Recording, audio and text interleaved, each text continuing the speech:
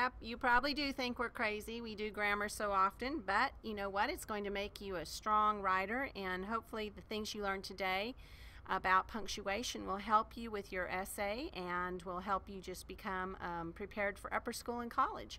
So let's go ahead and get out our English workshop book.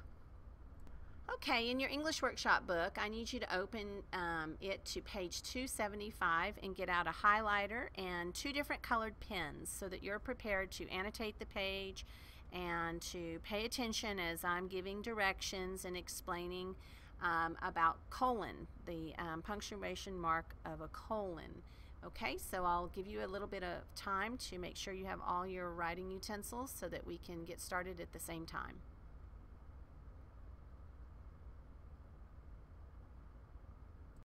All right, to begin with, let's highlight 20V, the rule 20V. Use a colon to mean note what follows. And so let's look at number 1 right below it and underline that in one of your pen colors. Use a colon before a list of items, especially after expressions like the following or as follows. For example, your test will contain the following items: colon, definitions, multiple choice questions, and 2 essay questions. Or the next example, please bring these when you come: 2 sharp pencils, a calculator, and 1 sheet of scratch paper. Now note, this is really important, highlight or underline this in a different color pen. Do not use a colon before a list that follows a verb or a preposition.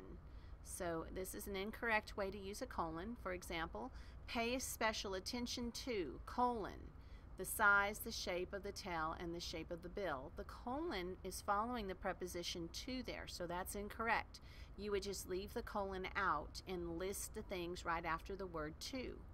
So to correct that, it would read, pay special attention to these features: colon, the size, the shape of the tail, and the shape of the bill. So you have 2 different options on fixing that problem. Now let's highlight rule number 2. Use a colon before a long formal statement or a long quotation. This is how I feel about friends, colon, by helping you today, I give you the chance to help me tomorrow. And so it's just an introduction, and then you have the quote. It leads into the quote. Okay, now let's look at 20W. Use a colon in certain conventional situations. Number 1, use a colon between the hour and the minute. Number 2, use a colon between chapter and verse in referring to passages from the Bible. And then number 3, use a colon after the salutation of a business letter. Okay, now let's look at the exercises. I want you to do exercise 12, adding colons to sentences. In each of the following sentences, add the missing colon. Example, make sure that the names of the following cities are on your tickets: colon, Portland, Seattle, and Vancouver. Let's go ahead and look at number 1, and you fill in where you think the colon belongs. Number 1, many couples include Ruth 1:16 in their wedding ceremonies. Now, the colon would obviously go between 1 and 16. It's chapter 1 and verse 16. Okay, now I want you to do the remaining questions for exercise 12 on your own.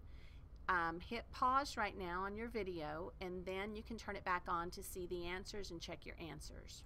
Okay, you can see the answer to number 1 like we've done earlier. Chapter 1, verse 16.